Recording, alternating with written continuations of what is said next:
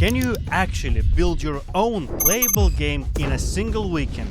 How about a 3D roguelike shooter with the world nobody else has, built from entirely AI-generated assets? I made it in just 2 days, one person only, and I'm gonna show you the whole workflow I used from the very first concept to playable game. We're gonna generate environment assets, build up the world, generate characters, rig them, and add them all to the game and make them run. And I'm gonna honestly break down where AI succeed or where you have to touch it up manually and how to move fast. What I can promise for sure, this is gonna be fun. Only one thing before we start, I want to answer why do I make this video. I do not want to say that game development is dead, and I do not want to discourage those in this industry. Building great games still require time, but I want to encourage those who always had a dream to create a game or do the first step. Now it's possible and you can get really fast. I've been in such position myself, and that's what gives me motivation to make such video. So hit that like button and let's get started. Okie dokie. So we of course start with the concept, and the concept actually is something insane. I was actually thinking about it like for quite a while. We're gonna create Rick Cucumber fighting rats as a 3D roguelike shooter. How about that? Well, that seems like someone actually have to build that game.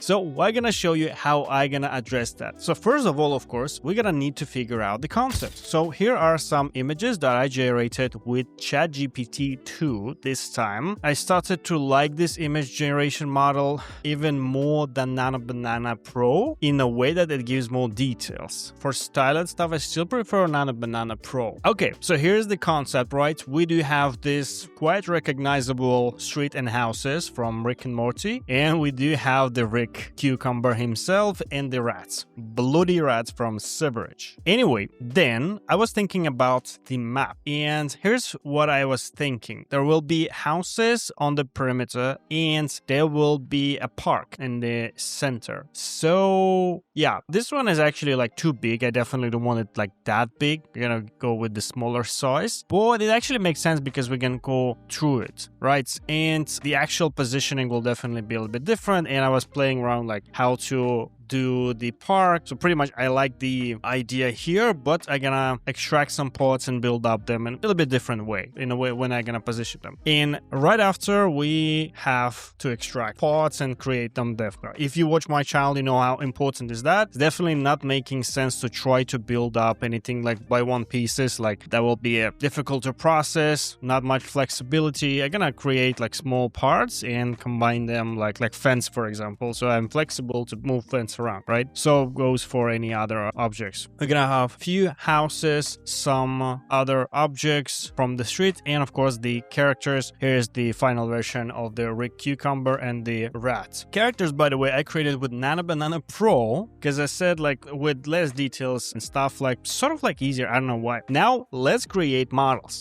This time again, I'm gonna use Tripo. I'm gonna drop images. I'm gonna choose multi-view, and I'm gonna use Smart Mesh from Tripo. Still, in my opinion, this is the best generator yet for 3D, especially the Smart Mesh, because we're gonna choose the reasonable amount of polygons. Since it's a full character, we're gonna go max. That should be working. And the generation here is very, very fast. And here we already have the model. And the mesh is extremely logical. I don't know, I just like it. It's fast, it's usable, and all things together just adds up and make it like just the best choice for me and my team. The only thing, if you use Smart Mesh, you don't get it textured right away, so you're gonna go to Texture tab and texture later. That makes sense because Smart Mesh allow you to iterate a few times, and like basically you can get like Smart Mesh in 5 to 10 seconds. You check around. It can fail, so there's a free retry because like it takes an image. But if you use multi-view, especially the back view or like side view, you will less likely have any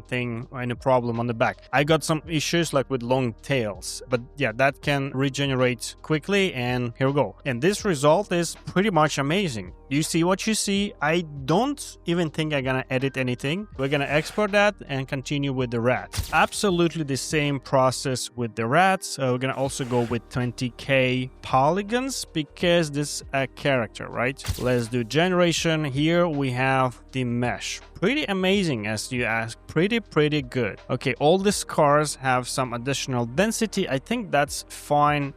Potentially can generate like in less. So now let's go to texture tab with all the same textures. Let's do the texture. And this is just an amazing result, right? And again, like that's low poly and the mesh is logical. Again, all these loops, yeah, maybe they are not 100% perfect for animation, but for my roguelike experience, especially with the camera on top, that's more than enough. Yeah, here we go. The perfect one. Let's grab it. And next step, I'm gonna first address characters and starting to compile them in Unreal Engine. Okay, so here we have our rig cucumber. So I'm gonna draw rig cucumber to Blender and reset the rotation here right away because like Tripo has like this 90-degree rotation. Then I'm gonna export in FBX and we're gonna go to Accu Rig. That's again free software where we can rig. Animations are paid, but we don't really need them because we're gonna export by Unreal Engine skeleton and retarget in Unreal Engine. So the process here look quite simple. Again, you set the markers for the body, then you set the markers for the hand. It supports like 4 fingers, I think 3 fingers and 5 fingers. In my case, it was 4 fingers. So we're gonna set the markers. Let's go. Then check out some poses and yeah, you already see it looks quite good. And yeah, then the reason why I like it is that you can export a target for Unreal Engine 5. Let's do that. Now we're gonna bring it back to Blender and there might be a need. In my case, it was to fix a bit assets so they do not affect the body in a natural way. So like the cucumber body should stay rigid whenever we move hands. So you can see the shoulder here is sort of affecting some areas. So I had to actually go around and paint. Well, basically painting with blue is setting like the weights to 0, meaning that the shoulder will not affect any area of the body, which is like cucumber body. So that was pretty much the only thing I had to do. A little bit on the shoulder themselves, etc. So here we go. Weight painting can look scary, but it's actually very easy, right? Like it's basically you set like which bone affect what part of the object. And we're gonna actually drop it to Unreal Engine right away. So here, moment of full disclosure, I decided to get started with the template of roguelike and iterate on top of that. So here's the template that I was using. It cost $50.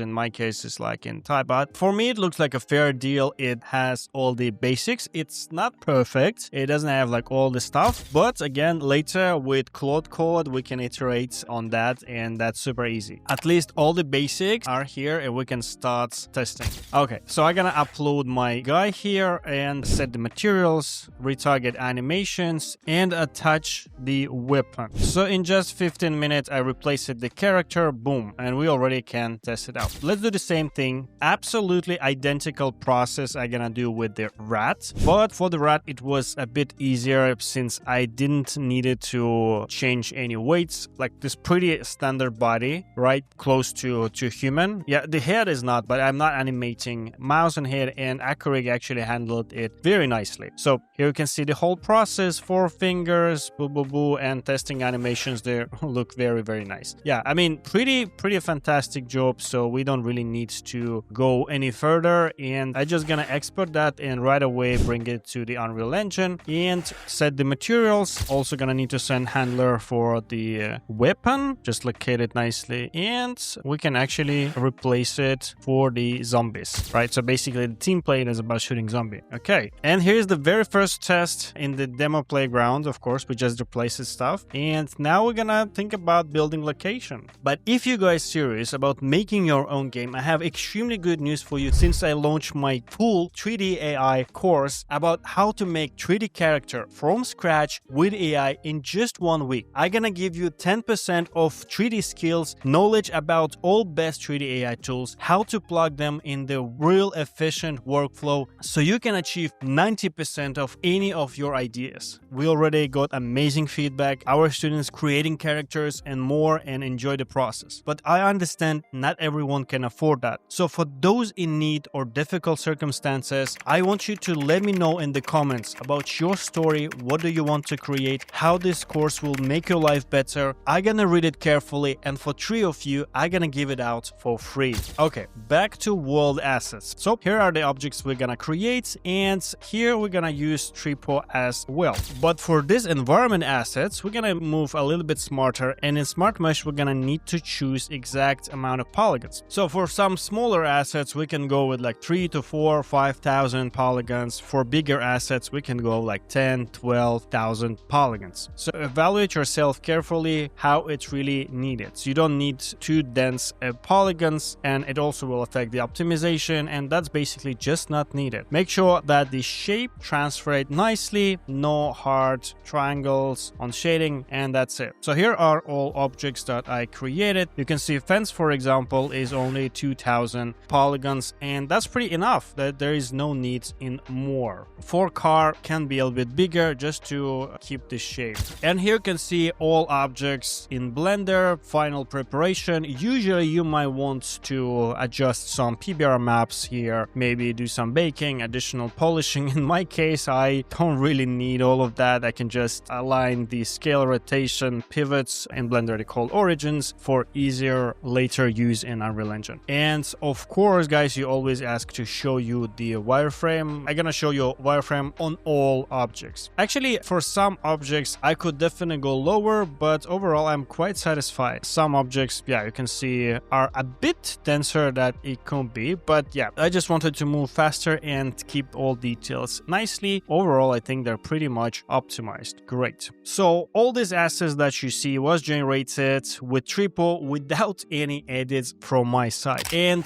if you want to try it out, guys, still, this is my honest recommendation. I know I recommended like quite a few of my videos, but what can I do if it's still top 1 by all means, right? It's good in low poly, is good in segmentation. They recently updated like segmentation to V2. It's actually way better than it was before. I think Hunyan was taking the lead. So it's really a best 3D generator, not only by my opinion, like the daily, there's like thousands of what daily only on the arena. And Tripo, basically you can generate images, is also very good HD model. So Smart Mesh is more about low poly. There's very nice HD model, and you can also do the retopology. You can upload your own models. Professional workflow might be to get the model, fine tune it, drop it back here, texture, retopology, quite a lot of use cases, and it really works. Now, when we have all objects done, there is one missing part. We're gonna need styled, tiled textures. And I have a great news for you. I was actually waiting to test it out, and now I'm gonna show you guys a practical use of Patina from Fall.ai. They released it like around 2-3 weeks ago, and what it can do is very cheap generation of PBR set of maps from image or text, right? So here we go. Here's the example, right? It can generate all set in. Why do we need it? Because we have some surfaces such as concrete, such as roads, such as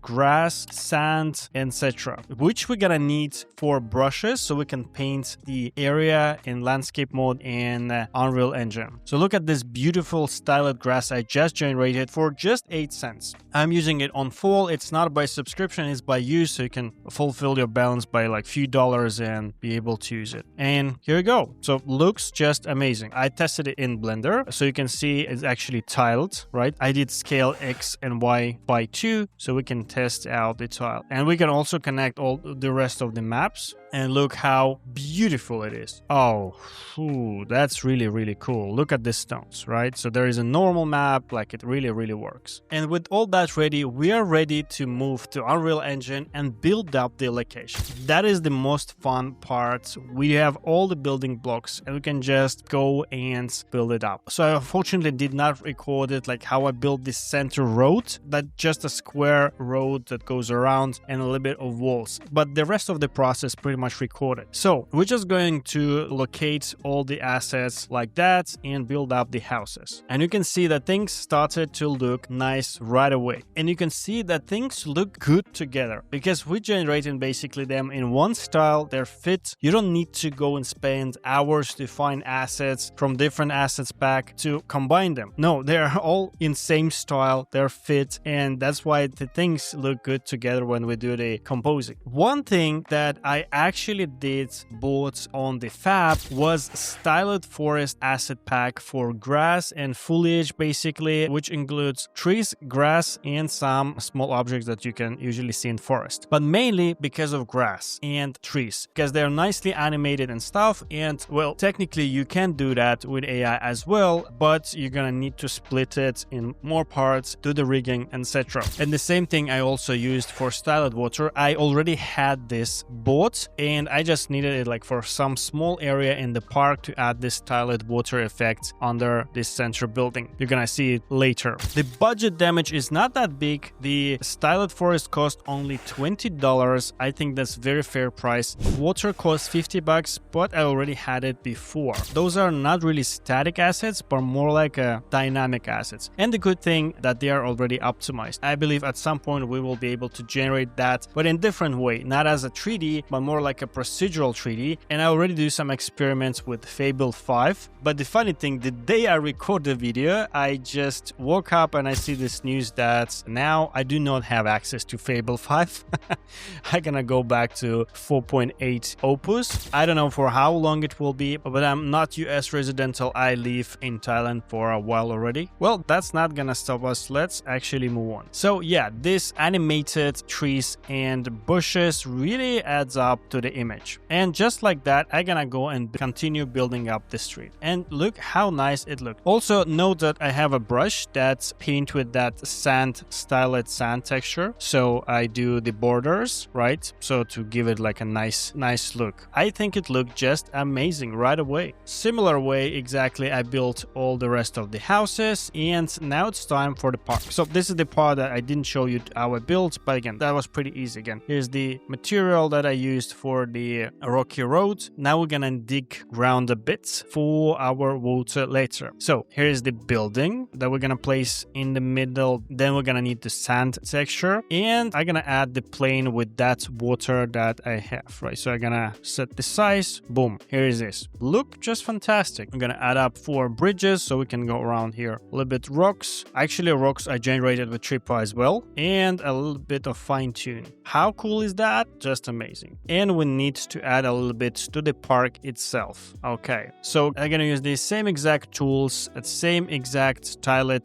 texture for sands and grass, and the dynamic grass as well, right? Boom, boom, boom, flowers, a little bit there, adding trees, and we already have an amazing, beautiful location in Central Park. Well, trees making a lot. And guys, I just want you to take a look on what I built in less than 2 days, actually. It was way faster than 2 days. Let's say I even had a break to go outside, and yeah, this looked just amazing. The whole location. I mean, you can obviously iterate more and add more and more details, but for me, it was very, very fun to play with. I'm still amazed like a kid that I can iterate so fast and do so much, right? Again, like in just 2 days, get so far, build up the location, then I can focus on some logic stuff, but it already looked good. Like it gives you extra motivation. So with all this location done, how about we actually start playing? So are we ready to start playing? So of course I couldn't help myself to not make this funny dancing animation. Anyway, let's try it out. So the template are working pretty nice. It's not perfect. I mean, at least the post effects, they need some upgrades. And that is basically what you can do with setup of Claude. If you haven't seen my last video about Claude plus Unreal Engine, definitely take a look and you will know that moving from here, iterate on the game mechanics, adjusting something, it's really possible with Claude. It even will do the blueprint stuff, etc. And that's just amazing how far we can go. In this video, I wanted to focus more on 3D components and show how fast you can iterate. Can't wait to read your comments, guys, what you think about it. This is, of course, not the 100% ready game. It's more like a playable prototype, but as a starting point, it's super exciting. And it can definitely give you extra motivation to move on, iterate, when we can build something fast, touch it, feel it, and enjoy. That was Steph. Like and subscribe, and see you in the next videos.